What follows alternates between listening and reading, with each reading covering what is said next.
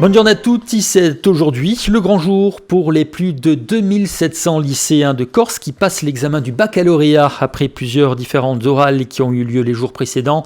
C'est ce matin que se déroule la redoutée et prestigieuse épreuve de philosophie. Rendez-vous donc à la mi-journée dans nos éditions pour savoir quels sujets ont été proposés à la réflexion.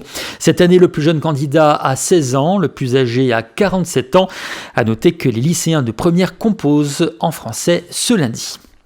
Journée noire pour les deux roues en Corse hier avec une série d'accidents sur l'ensemble de l'île. 2 personnes ont été blessées dans une chute à moto à Patrimoine et ont été transportées à l'hôpital de Bastille. À Ghisonaccia, en milieu d'après-midi, un scooter et une voiture sont entrés en collision. Le pilote a également été conduit à l'hôpital de Bastille, blessé aux côtes. En Balagne, c'est un adolescent de 14 ans qui a été blessé dans une chute en scooter. Touché aux jambes, il a été transporté à l'hôpital de Calvi. Et puis dans le centre de la Corse, à Vivario, un jeune homme de 21 ans a fait une chute au niveau du pont du Vecchio. Les faits se sont déroulés le 3 juin dernier, mais n'ont été révélés par la gendarmerie que ce week-end. 2 personnes ont entrepris de réaliser la traversée Île-d'Elbe-Bastille en paddle gonflable. Alertés de cette traversée dangereuse, les militaires de la brigade nautique de Bastille se sont rapidement transportés vers eux. Alors que les 2 hommes se trouvaient à environ 10 km de la côte, ils n'étaient équipés, selon la gendarmerie, d'aucun matériel de sécurité, ni même de gilet de sauvetage. Étonnés d'apprendre que la traversée était interdite, les 2 hommes ont alors été invités à mettre les équipements de sécurité et ont été raccompagnés jusqu'à 2000 nautiques de la côte corse. Un procès-verbal d'infraction a été établi pour chacun des 2 imprudents. La commission des compétences législatives et réglementaires de l'Assemblée de Corse et celle pour l'évolution statutaire de la Corse se réunissaient ce vendredi afin de procéder à l'audition des sénateurs de Corse. Durant cette réunion a notamment été présentée la proposition du sénateur Jean-Jacques Panunzi concernant la territorialisation du mode de scrutin à l'Assemblée de Corse. Pour Jean-Guy Talamoni, cela n'est pas envisageable car ne correspondant pas à ce que représente la collectivité de Corse. Selon le président de l'Assemblée, certes, il faudra prévoir une amélioration très nette de la Chambre des territoires, mais certainement pas territorialiser le scrutin. On écoute Jean-Guy Talamoni. Nous avons entendu, bien sûr, de la part du sénateur Panunzi, un rapport à l'activité. C'était extrêmement intéressant. Et puis la présentation également de sa proposition de loi s'agissant du mode de scrutin de l'Assemblée de Corse. Alors, en ce qui me concerne, j'ai donné ma position. Je pense que cette proposition telle qu'elle est ne peut pas recevoir notre soutien dans la mesure où elle remet en cause la nature même de l'Assemblée de Corse. Les membres de l'Assemblée de Corse ne sont pas les représentants de leur région d'origine. Ils sont titulaires d'une parcelle de l'intérêt public corse. Et donc, l'Assemblée de Corse, c'est là où se définit la stratégie de la Corse dans les différents domaines. Donc, effectivement, je peux comprendre le souci du sénateur Panunzi qu'il y ait une représentation des territoires, mais cela doit se faire, à mon sens, dans le cadre d'une chambre des territoires refondée, puisque, évidemment, aujourd'hui, elle ne convient pas telle qu'elle est. Et d'ailleurs, nous avions proposé un tout autre système en ce qui nous concerne, nous n'avons pas été suivis, mais c'est vrai qu'une chambre des territoires au sein de laquelle ne siègent pas de nombreuses communautés de communes, donc de nombreux territoires ne sont pas représentés, c'est inacceptable. La parité n'est pas respectée. Donc en ce qui nous concerne, nous sommes pour une refondation de cette chambre des territoires. Et je pense pour ma part que la question aussi des compétences de cette chambre doit être examinée. Donc oui, je dirais à la philosophie qui sous-tend la proposition du sénateur Panunzi, mais non, cela ne peut pas se traduire, à notre sens, par une modification du mode de scrutin des élus à l'Assemblée de Corse elle-même. Il s'agissait de Jean-Guy Talamoni, le président de l'Assemblée de Corse. Et puis dans un communiqué de presse, Femois Goursiga appelle les Corses à un grand rassemblement le samedi 29 juin à partir de 17h, place Claude Pape à Bastille. Ce moment fort sera l'occasion d'une analyse de la situation européenne des rapports avec l'État et de la société corse aujourd'hui, indique Femois Goursiga dans son communiqué. Il sera l'occasion d'une redéfinition des orientations et propositions stratégiques de notre parti pour répondre à l'État, fédérer le mouvement national et les forces de progrès et accomplir contre vents et marées l'émancipation réelle de notre pays, écrit Femois Goursiga dans ce même communiqué.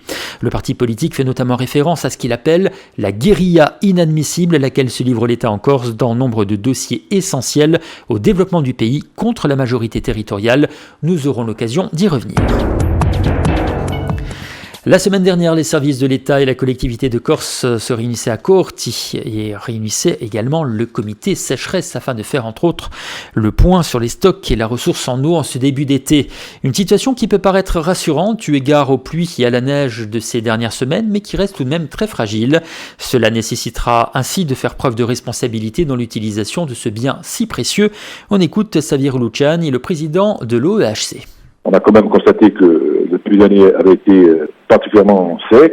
Il y avait eu un tarissement qui avait duré en gros de la mi-décembre au début avril, hormis une ou deux crues, et qu'il y avait un tarissement qui avait été stoppé sur le territoire en gros à la mi-mai avec des chutes de neige et des pluies abondantes pratiquement partout, ce qui fait que la situation qui était plus ou moins critique en début du mois d'avril pour nous, dans la perspective de la saison, s'est considérablement améliorée et on se retrouve donc vers un retour à la moyenne et on a une situation qui aujourd'hui en début juin est une situation hydrologique qui est plus ou moins stabilisée. Voilà. Donc on est sur une vigilance qui quand même nous permet d'entrevoir la saison dans de bonnes conditions. Il va falloir faire preuve de pédagogie parce que les jours qui arrivent sont annoncés comme très secs. Il va pas falloir brûler ses réserves en quelque sorte. Je crois que c'est un message qui est déjà porté par l'Office d'équipement hydraulique et par l'ensemble des partenaires depuis à peu près 3-4 ans, depuis notamment l'année 2017 qui avait été particulièrement sèche. Donc on sait par Météo France que nous aurons des températures supérieures à la moyenne durant les mois de juillet et les mois d'août. Donc ça veut dire qu'il y aura une évapotranspiration beaucoup plus importante dans les cultures et qu'il y aura peut-être une surconsommation à ce niveau-là, vraisemblablement une surconsommation aussi d'eau potable. Donc on appelle bien sûr à la vigilance, on appelle aussi, vous savez, depuis longtemps, à ce qu'on change un peu de mode de gestion et surtout un autre usage de consommation. On ira comme ça de la ressource. Donc malgré tout, un certain optimisme en termes de stockage, en termes de stabilisation, mais surtout, parce que l'été va être très chaud, de la prudence et surtout une utilisation raisonnée de la ressource. Seloger.com s'est penché sur les coûts des locations estivales en collectant notamment de nombreuses données auprès de Seloger Vacances ou d'Amivac. Les résultats sont sans équivoque et placent la Corse tout en haut de l'échelle des prix. En effet, en très haute saison, le prix moyen d'une location de maison pour une semaine en Corse tourne autour de 1 835 €, soit 700 € de plus que la moyenne nationale. À titre comparatif, il faut compter 1 535 € pour la côte méditerranéenne, 1 048 € pour la côte atlantique, 829 € pour la Bretagne et 575 € pour les Pyrénées. Concernant les appartements, les prix flambent tout autant et la Corse se trouve là encore tout en haut de la pyramide avec 2003 € la semaine en très haute saison et 1893 € en haute saison, soit 3 fois plus que la côte atlantique, la côte méditerranéenne continentale et même 4 fois plus que les Pyrénées. Notons que le prix moyen d'une location d'un appartement en très haute saison en France est de 696 €. La mutuelle chirurgicale et médicale de Corse et les mutuelles du Soleil sont désormais associées. Les deux entités qui travaillaient déjà ensemble tissent désormais une collaboration plus forte. Cela permettra de mieux répondre aux besoins des assurés et de proposer des services étendus et plus performants. Face au désengagement de l'assurance maladie dans certains domaines, les mutuelles prennent une place prépondérante. Pierre-Jean Luciani, le fondateur de la MCM, se dit pleinement satisfait de ce partenariat et revient pour nous sur l'historique de cette mutuelle corse. La mutuelle chirurgicale et médicale corse a été créée, a été portée, je dirais, sur les fonds baptismaux en 82 et on a ouvert notre premier bureau à Ajaccio en 84, à Sainte-Lucie. Et puis quelques années après, nous avions quand même déjà bien avancé puisque nous avions à l'époque 5000 adhérents et donc nous sommes installés là aujourd'hui à l'immeuble du Rond-Point depuis je ne sais plus combien mais enfin une bonne dizaine d'années on est propriétaire et donc je dois dire que partant de là dès le début nous étions réassuré à la mutuelle chirurgicale et médicale des Bouches-du-Rhône, qui par la suite est devenue la mutuelle du Soleil. Et donc notre réassurance ça continue constamment. Nous avons d'excellentes relations, nous travaillons tous les jours avec eux. Et donc lors du dernier conseil d'administration et de l'Assemblée générale, nous avons décidé d'un commun accord, non pas de fusionner, mais de faire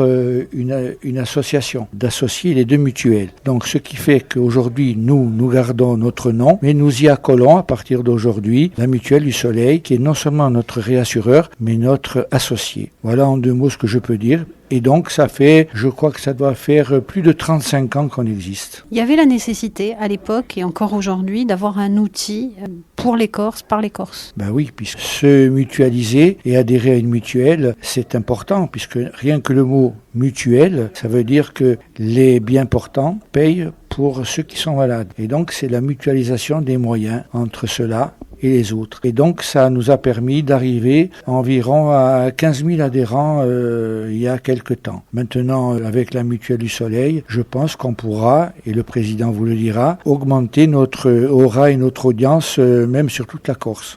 On termine ce journal avec du sport. Après la fin de saison catastrophique du Gazélec d'Ajaccio, où l'avenir de l'entraîneur Hervé Delamaggiore paraissait compromis et c'est désormais officiel. Hervé Delamaggiore n'entraînera plus le Gazélec puisque selon un communiqué du club, les deux parties ont convenu de mettre un terme à leur collaboration. Arrivé pour remplacer Albert Cartier en octobre dernier, l'ancien entraîneur de Bourg-en-Bresse avait trouvé le Gazélec à la 12e place après 10 journées pour au final terminer 18e et donc perdre la place en Ligue 2 après cette défaite catastrophique face au Mans en barrage. Sous sa direction, le Gazélec n'a pris que 28 points en 28 matchs, étant avant-dernier club de Ligue 2 sur cette période. Et puis 4 nageurs ont entamé ce week-end un tour de Corse afin de relever des fonds pour 2 associations caritatives. Au total, ce sont 12 membres de l'association L'Oiseau Libre, basée à Villiers-Saint-Paul, qui ont commencé ce périple partie de la rive nord du golfe d'Ajaccio, où ces derniers vont devoir parcourir les 500 km sans escale en une semaine, puisque l'arrivée est prévue samedi prochain. Vêtus de simples maillots de bain, les nageurs se relaient après 3 heures de nage et 3 heures de pause. Au mois de septembre 2018, Thierry Corbalan et 3 autres nageurs avaient déjà réussi cette performance sportive en 6 jours. On se quitte avec les prévisions météo.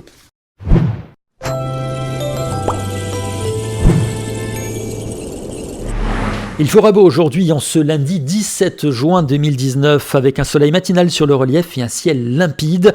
Quelques nuages côtiers parfois épais dans l'extrême sud et en façade orientale, mais ensuite le soleil dominera largement sur tout le littoral. Attention, il y aura quelques nuages également en montagne avec un faible risque d'averse notamment sur le Monte Cinto. Le vent sous forme de brise faible soufflera notamment du côté des Bouches de Bonifacio et les températures sont très agréables avec 24 degrés pour Bonifacio justement, 26 pour Ajaccio, Calvi, l'Isola, 27 pour Prupia, Aleria, 28 pour Portivecchio, Corti et 29, ce sera le maximum pour Bastiglia. C'est la fin de ce journal sur Alta Frequenza. Merci pour votre fidélité. Bonne matinata a tutti.